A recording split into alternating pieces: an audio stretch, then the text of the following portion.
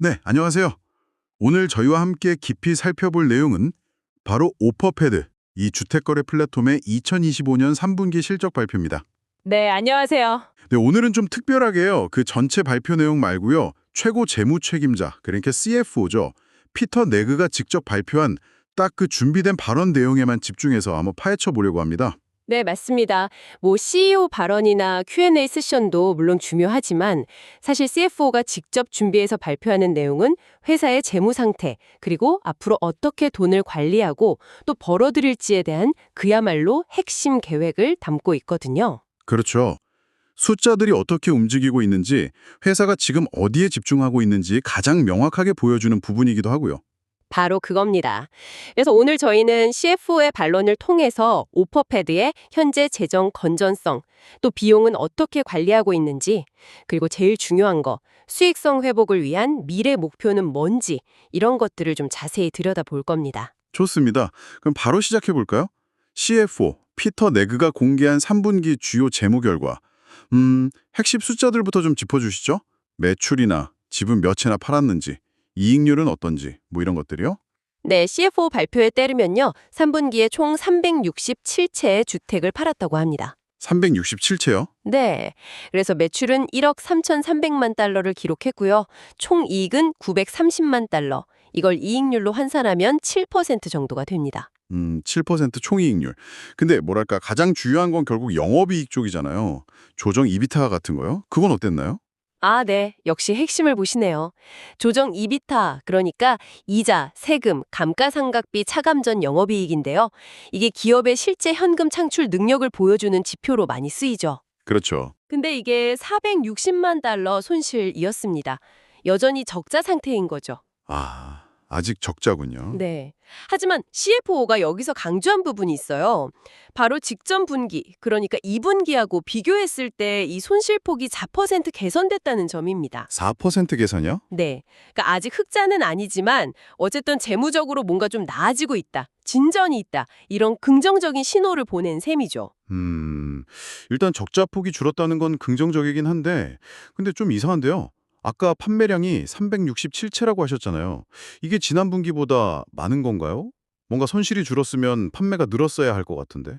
예리하신데요. 맞습니다. 판매량 자체만 보면 이전 분기보다 줄었을 수 있어요.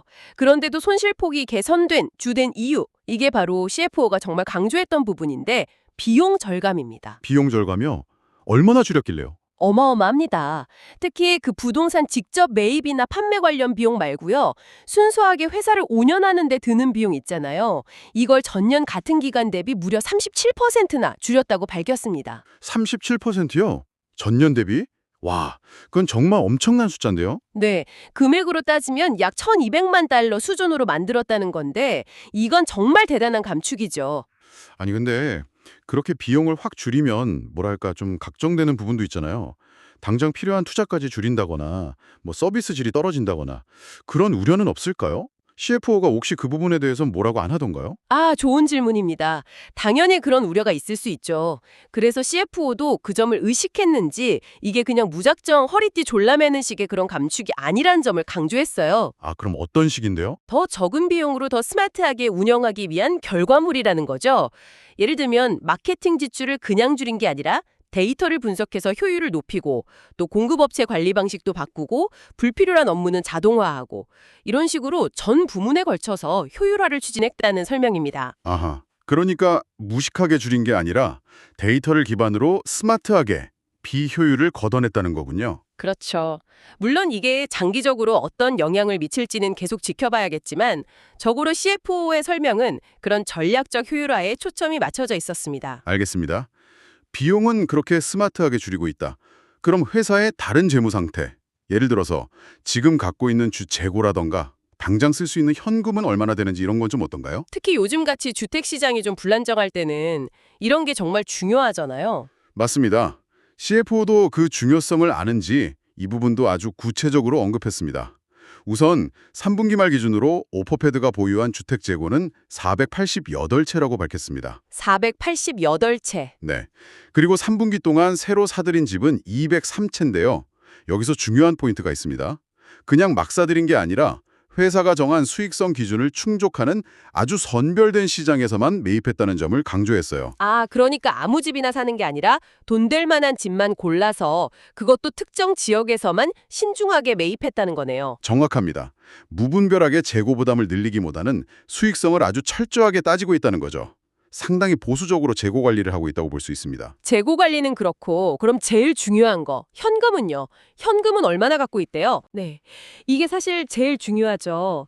현금 보유액은 3분기 말 기준으로 어떤 사용 제한도 없는 비제한 현금, 그러니까 unrestricted cash라고 하죠. 이게 3,100만 달러 정도 있다고 밝혔습니다. 3,100만 달러요?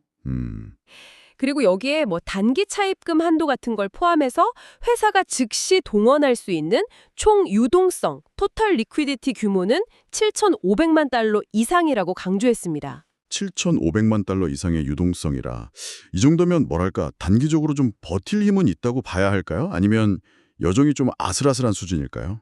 뭐 충분하다는 기준은 상황마다 다르겠지만 CFO의 어조는 확실히 자신감이 있었습니다. 이 정도 유동성이면 현재 시장 상황을 충분히 헤쳐나갈 수 있는 꽤 견고한 재무 상태다. 이렇게 평가를 하더라고요. 일단 당장 큰 위기는 막을 수 있다. 이런 자신감이군요. 네. 그리고 단순히 현금을 쌓아두고 버티기만 하는 게 아니라 미래를 위한 준비도 같이 하고 있다는 점을 또 언급했어요. 미래 준비요. 그건 또 무슨 얘기인가요? 예를 들면 자본 조달 비용, 그러니까 돈 빌리는 이자 같은 걸 좀 낮추고요. 특히 앞으로 회사가 중요하게 생각하는 자산 경량화 사업 모델 있잖아요. 직접 집을 사고 파는 거 말고 다른 서비스들. 아, 네네.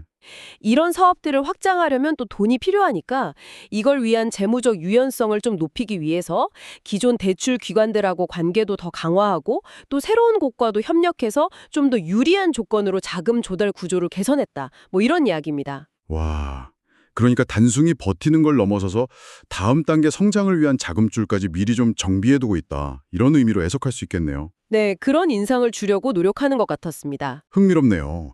자, 재무 상태는 어느 정도 안정적이고 비용 관리도 잘하고 있다. 그럼 이제 가장 궁금한 미래 얘기로 넘어가 보죠. CFO가 제시한 다음 분기 4분기 전망은 어땠나요? 그리고 좀 더 길게 봐서 회사가 어떤 목표를 향해 가고 있다고 밝혔는지 그게 궁금합니다. 일단 4분기 예상 실적, 이걸 가이던스라고 하죠. 이건 앞서 말한 것처럼 상당히 신중한 태도를 유지했습니다. 신중하다면 구체적으로 어느 정도인데요? 매출은 1억 달러에서 1억 2,500만 달러 사이를 예상했고요. 판매할 주택 수는 300채에서 350채 사이. 그리고 조정 EBITDA 손실 규모는 이번 3분기랑 비슷한 수준일 거라고 봤습니다. 3분기랑 비슷하다면 여전히 적자라는 거네요. 그렇죠. 여기서 CFO가 아주 명확하게 선을 그었습니다. 시장 수요가 확실히 그리고 꾸준히 강해지는 걸 확인할 때까지는 주택 매입이나 판매 물량을 공격적으로 늘릴 생각이 없다. 신중하게 관리하겠다. 이렇게요. 아, 그러니까 섣불리 막 달려나가기보다는 시장 상황 봐가면서 안정적으로 가겠다 뭐 이런 거군요. 네, 외형 확장보다는 내실 다지기, 수익성 관리에 우선순위를 두겠다는 의지를 다시 한번 보여준 거죠. 알겠습니다. 그런데 여기서 정말 흥미로운 목표가 나오잖아요. CFO 발언 중에. 바로 분기당 1000건 거래 달성 목표요. 이건 그냥 4분기 전망과는 다른 좀 중장기적인 목표 같은데 CFO가 이걸 뭐라고 설명했나요? 네, 바로 이 대목이 어떻게 보면 오늘 이야기의 하이라이트일 수 있습니다. CFO 발언의 핵심 중 하나고 오퍼패드가 지금 어떤 방향으로 가려고 하는지를 아주 잘 보여주는 부분이에요. 오, 그래요? 네, CFO는 분기당 약 1000건의 부동산 거래를 중기적인 목표로 제시했어요. 근데 여기서 정말 중요한 건 이 거래라는 게 우리가 흔히 생각하는 오퍼패드가 직접 집을 사서 되파는 그 방식, 아이바잉만을 말하는 게 아니라는 점입니다. 아, 아이바잉만 말하는 게 아니라고요? 그럼 뭘 포함하는 거죠? 오퍼패드 플랫폼을 통해서 이루어지는 모든 종류의 서비스를 다 포함하는 개념입니다. 예를 들어서 집주인한테 직접 현금 매입 제한하는 서비스도 있고 또 외부 부동산 중개인이랑 협력하는 모델도 있고요. 리모델링 지원하는 서비스, 또 기관 투자자한테 집을 연결해주는 서비스 이런 것들이요. 아하, 그러니까 단순히 오퍼패드가 직접 사고 파는 집 개수뿐만 아니라 홈프로 괜히 리노베이트니 하는 그런 다양한 서비스들을 다 합쳐서 분기당 1000건을 만들겠다는 거군요. 와, 이건 진짜 큰 변화인데요? 그렇죠. 이게 단순히 우리 이만큼 많이 할 거야 라는 양적인 목표가 아니에요. 어떻게 보면 오퍼패드의 사업 모델 자체를 바꾸겠다는 선언이나 마찬가지입니다. 사업 모델 자체를 바꾼다. 네, 과거처럼 직접 집을 사서 보유하고 되파는 그래서 돈도 많이 들고 시장 변동성에 막 흔들리는 그런 모델에서 벗어나서 훨씬 값없고 다양한 서비스를 제공하는 일종의 부동산 플랫폼으로 진화하겠다는 거죠. 이건 단순히 지금 시장이 어려우니까 잠시 움츠리는 게 아니라 아예 회사의 정체성을 재정의하려는 시도로 봐야 합니다. 와, 사업 모델 재정이라니 굉장히 의미심장한데요. 그럼 CFO는 이 1000건 목표 달성이 회사의 수익성이랑은 어떻게 연결된다고 설명했나요? 그냥 거래 건수만 늘린다고 돈을 버는 건 아닐 텐데. 네, 아주 중요한 포인트입니다. CFO는 이 1000건 목표 달성을 아까 강조했던 지속적인 비용 효율화와 딱 연결시켰어요. 비용 효율화랑요, 어떻게 연결되죠? 그러니까 막무가내로 거래량만 늘리는 게 아니라 아까 본 것처럼 운영 비용을 37%나 줄이는 등 아주 효율적으로 통제된 비용 구조 위에서 이 분기당 1000건 거래라는 이정표, 마일스톤이라고 하죠. 이걸 달성함으로써 회사가 다시 지속 가능한 수익성을 확보하는 발판을 마련하겠다. 이런 구체적인 계획을 제시한 겁니다. 아, 비용은 꽉 잡은 상태에서 효율적으로 거래 건수를 늘려서 수익을 내는 구조로 가겠다. 그렇죠. 이걸 수익성 회복을 향한 다음 단계, 넥스트 마일스톤이라고 명확하게 언급까지 했어요. 그렇군요. 확실히 예전처럼 그냥 재고 많이 쌓아놓고 어떻게든 팔려고 하는 방식과는 완전히 다른 접근이네요. 말씀하신 그 자산 경량화 서비스, 이런 것들의 중요성이 앞으로 훨씬 커지겠군요. 바로 그겁니다. CFO도 그 점을 분명히 했어요. 앞으로는 자본 투입이 적거나 거의 없는 소위 말하는 자산 경량화 모델, 아까 말씀드린 홈프로, 리노베이트, 다이렉트 플러스 같은 서비스들의 중요성이 점점 더 커질 거라고요. 네. 그래서 앞으로는 이런 서비스들이 오퍼패드 전체 매출이나 이익에서 차지하는 비중을 계속 늘려나가는 게 핵심 목표 중 하나라고 밝혔습니다. 이렇게 하면 사업 모델도 다양해지고 외부 자본에 덜 의존하게 되고 결과적으로 자본 효율성도 훨씬 높아지겠죠. 그렇죠. 시장이 좀 안 좋아도 덜 흔들릴 수 있고요. 네, 시장 변동성에 대한 민감도를 줄이고 좀 더 안정적이고 예측 가능한 수익 구조를 만들려는 큰 그림의 일부라고 볼 수 있습니다.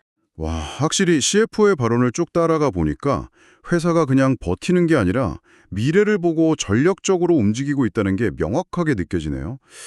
그리고 리더십 관련해서도 잠깐 얘기가 나왔던 것 같아요. 최근에 새로운 최고 운영 책임자, COO, 크리스 카펜터에 대해서 CFO는 뭐라고 했나요? 아무래도 재무 책임자니까 그 사람의 합류를 재무적인 관점에서 어떻게 보는지 궁금한데요. 네, 그 부분도 언급했습니다. 신임 CEO 크리스 카펜터에 대해서 CEO인 브라이언 베이어가 거는 기대를 CFO도 똑같이 공유하면서 아주 긍정적으로 평가하더라고요. 어떤 점을 높이 평가하던가요? 특히 카펜터라는 사람이 과거에 포춘 500대 기업 같은 큰 조직에서 혁신을 이끌고 운영 효율성을 엄청나게 개선했던 경험이 풍부하다는 점을 높이 샀습니다. CFO는 이런 경험이 지금 오퍼패드가 가장 중요하게 생각하는 두 가지 가치, 바로 재무 규율, financial discipline과 확장 가능한 성장, scalable growth 전략과 딱 맞아떨어진다. 서로 보완적이다. 이렇게 표현했어요. 재무 규율과 확장 가능한 성장. 이 두 단어가 뭔가 핵심 키워드 같네요. 이게 정확히 어떤 의미일까요? 좀 더 쉽게 설명해 주실 수 있나요? 아, 네. 재무 규율이라는 건 아까 말한 비용 절감처럼 단순히 돈을 아끼는 걸 넘어서서요. 예산을 아주 엄격하게 관리하고 모든 지출이나 투자가 얼마나 효율적인지 따져보고 또 데이터에 근거해서 의사결정을 해서 재무적으로 낭비되는 부분이 없도록 하는 그런 걸 의미합니다. 아까 말한 37% 운영 비용 절감이 딱 그 예시죠. 네네. 그리고 확장 가능한 성장은 무작정 회사 덩치나 매출만 키우는 게 아니라 수익성을 유지하거나 오히려 개선하면서 효율적으로 성장하는 걸 말해요. 예를 들어서 돈이 엄청 많이 드는 아이바잉 모델을 막 늘리기보다는 홈프로나 리노베이트처럼 상대적으로 적은 자본으로도 거래 규모를 키울 수 있는 그런 자산 경량화 모델 중심으로 성장하는 게 바로 확장 가능한 성장이죠. 아하. 그러니까 CFO가 강조했던 비용 통제와 효율성 극대화가 재무 규율에 해당하고 자산 경량화 서비스 중심으로 똑똑하게 규모를 키우는 게 확장 가능한 성장이랑 연결되는 거군요. 이제 좀 명확해지네요. 맞습니다. 그래서 CFO는 운영 효율화 전문가인 카펜터 CEO랑 긴밀하게 협력해서 회사 전체의 효율성을 더 끌어올리고 동시에 이렇게 확장 가능한 성장을 추진하는 것에 대해서 아주 큰 기대감을 보였습니다. 이건 그냥 비용 줄일 거야 라는 메시지를 넘어서 회사가 단순히 움츠러드는 게 아니라 내부 역량을 강화하면서 다음 단계의 스마트한 성장을 준비하고 있다는 걸 보여주는 거죠. 재무적인 관점에서도 CEO 영입이 회사의 전략적 목표 달성에 큰 도움이 될 거라고 보는 거네요. 그렇죠. 긍정적인 평가를 내린 셈입니다. 자, 그럼 오늘 저희가 쭉 살펴본 CFO 피터 네글 발언들, 이걸 종합해 볼 때 오퍼패드의 현재 재무 방향성이나 미래 전략을 이해하려는 우리 청취자 여러분께 가장 중요한 핵심 메시지, 이걸 딱 정리한다면 뭐라고 할 수 있을까요? 핵심은 두 가지 단어로 요약할 수 있을 것 같아요. 바로 규율 잡힌 실행 그리고 통제된 확장. 규율 잡힌 실행과 통제된 확장. 네, CFO 피터 네그는 이번 발언을 통해서 회사가 지금 얼마나 비용 관리에 집중하고 있는지 그 37% 절감 사례처럼요. 또 재무 상태는 얼마나 안정적으로 관리하고 있는지 그 7,500만 달러 유동성 확보처럼요. 그리고 단순히 지금 어려운 시장을 버티는 걸 넘어서서 어떻게 더 다각화되고 자본 효율적인 사업 모델, 즉 자산 경영과 서비스 중심으로 전략적인 전환을 하고 있는지를 아주 명확하게 보여줬습니다. 네. 그리고 이 모든 노력이 결국은 수익성을 회복하기 위한 거고 그 과정에서 분기당 1,000건 거래라는 구체적인 목표, 이정표를 설정하고 그걸 향해 나아가고 있다는 점을 강조했죠. 그러니까 아주 신중하면서도 동시에 뚜렷한 목표를 가지고 회사를 운영하고 있다는 그런 강한 인상을 줬습니다. 확실히 CFO 관점에서 보니까 막연한 기대감보다는 현실적인 판단 아래서 움직이고 내부 통제력을 강화하면서 다음 단계를 준비하는 모습이 인상적이네요. 특히 더 적은 비용으로 더 스마트하게 가겠다는 방향이 아주 분명해 보입니다. 그렇습니다. CFO의 메시지는 오퍼패드가 지금 시장이 어렵다고 해서 그냥 수동적으로 견디는 게 아니라 오히려 이 시기를 체질 개선의 기회로 삼고 있다는 점을 강조하는 것 같아요. 장기적인 회복력 그리고 지속 가능한 수익성을 만들기 위해서 비즈니스 모델 자체를 아주 적극적으로 바꾸고 있고 그 중심에는 운영 효율성 극대화와 자산 경량화 서비스 확대라는 두 개의 큰 축이 있다는 걸 분명하게 보여줬습니다. 네, 오늘 오퍼패드 CFO 피터 네그의 준비된 발언을 통해서 회사의 재무 전략과 미래 방향성에 대해 정말 한층 깊게 이해할 수 있는 시간이었습니다. 자, 이제 마무리하기 전엔요. 늘 그렇듯이 청취자 여러분과 함께 생각해 볼 만한 질문 하나 던져보면서 마칠까 합니다. 네, 좋습니다. CFO는 자산 경량화 사업, 그러니까 그냥 홈프로나 리노베이트 같은 그런 서비스들을 확장하기 위해서 재무적 유연성을 높이려고 대출기관과의 관계를 개선했다고 말했습니다. 이건 분명 자본 효율성에 대한 강한 의지를 보여주는 대목인데요. 자, 여기서 질문입니다. 만약에요, 오퍼패드가 기존처럼 집을 사기 위해 거액의 자금을 조달하는 방식 말고요. 이런 서비스 자체의 성장 가능성이나 수익성을 담보로 하는 뭔가 새로운 형태의 자금 조달, 예를 들어 서비스 기반 페이낸싱 같은 거요. 이런 걸 확보할 수 있다면 이게 과연 오퍼패드가 추구하는 전통적인 아이바잉 모델로부터의 전략적 전환을 얼마나 더 빠르게 만들 수 있을까요? 오퍼패드의 미래를 한번 가늠해 볼 수 있는 흥미로운 질문이 아닐까 싶습니다. 한 번쯤 곱씹어 볼 만한 지점인 것 같습니다.